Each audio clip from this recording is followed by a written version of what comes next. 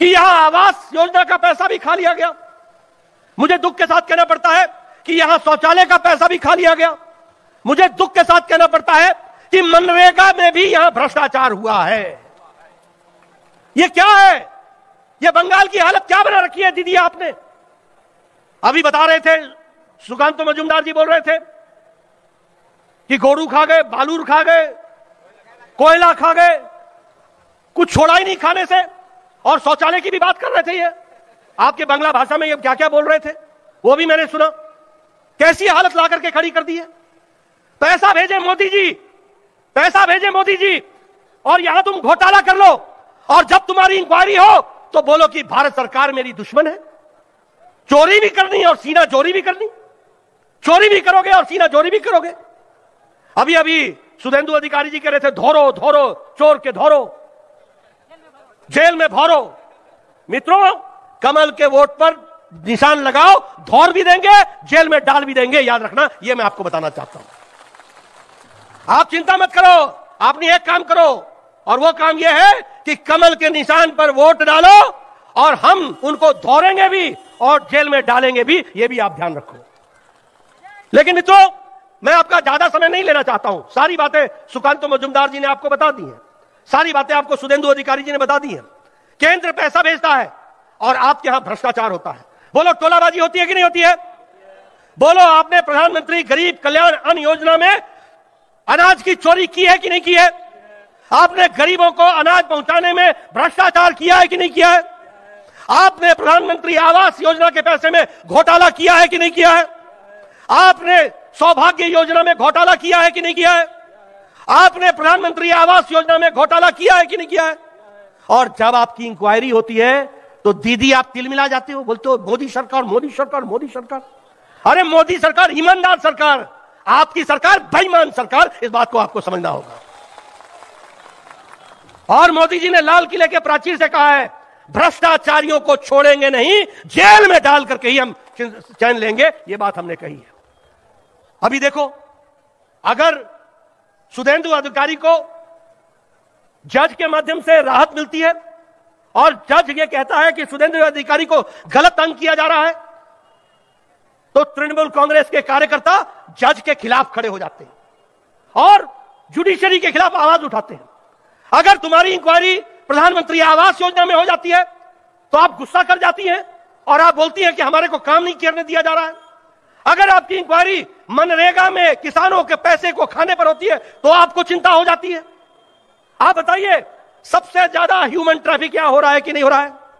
सबसे ज्यादा महिलाओं पर अत्याचार हो रहा है कि नहीं हो रहा है?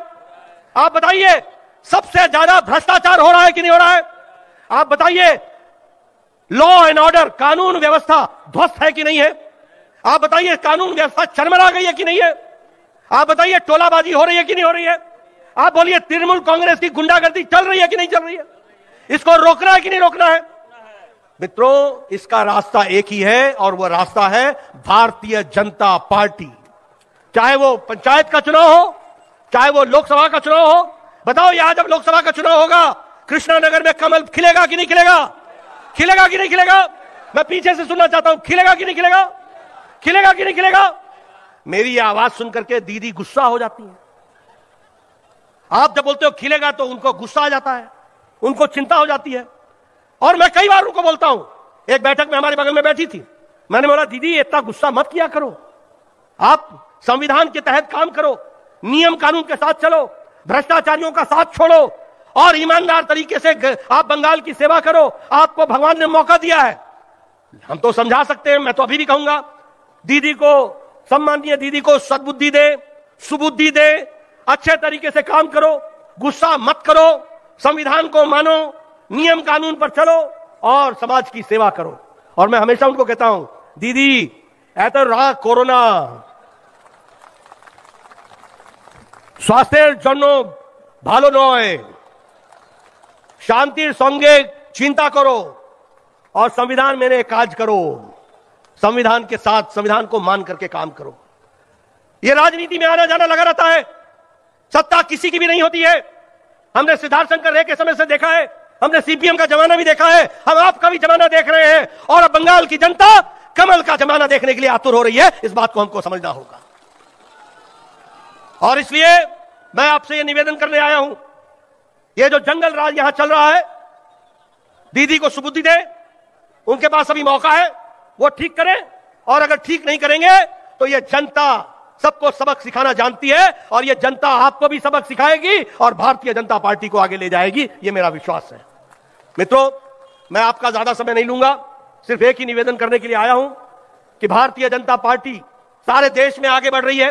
आदरणीय प्रधानमंत्री मोदी जी के नेतृत्व में गांव, गरीब, वंचित, पीड़ित, शोषित, दलित, युवा, महिला, किसान, सबकी चिंता हो रही है, तो आदरणीय नरेंद्र मोदी जी कर रहे हैं। और जब मैं बंगाल की बात करता हूं तो मैं आयुष्मान भारत यहां खड़ा करना चाहता हूं। गरीब लोगों को मुफ्त इलाज हो, इसकी चिंता करना चाहती हैं, लेकिन दीदी बोलती है होबे नॉय, होबे नॉय, होबे नॉय। करना नहीं है। आप बोलो ऐसी चीज रहनी चाहिए क्या? यहां आयुष्मान भारत लागू होना चाहिए कि नहीं होना चाहिए? गरीबों का इलाज होना चाहिए कि नहीं होना चाहिए? गरीबों को मुफ्त इलाज करने के लिए उनकी ऑपरेशन की सुविधा होनी चाहिए कि नहीं होनी चाहिए? इसके रास्ते में जो रोड़ा अटका है, उनको घर बैठाना चाहिए कि नहीं बैठाना चाहिए? बैठाना चाहिए कि नहीं बैठाना चाहिए? तो उनको घर बैठाओ और यहां के लोगों को काम दो और बंगाल को आगे बढ़ाओ, सारे देश के साथ आगे ले जाओ। यही मैं निवेदन करने आया हूं। आपने मेरी बात सुनी, आपका बहुत बहुत धन्यवाद।